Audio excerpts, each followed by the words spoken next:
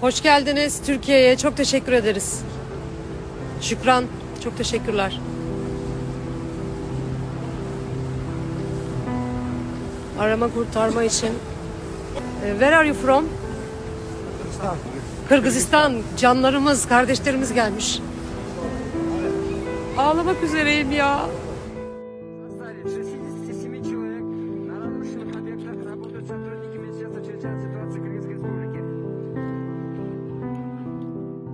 Geldiniz. İsmi nedir? Onun adı ne? Gri. Gri. Canım benim, hoş geldin. Çok teşekkür ederiz sana da. İyi ki varsın. Bir arkadaşı daha var burada. Onlar da bize yardım edecekler. Canlarım benim. Kahramanmaraş'a gidiyorlar Kırgızistan ekibi.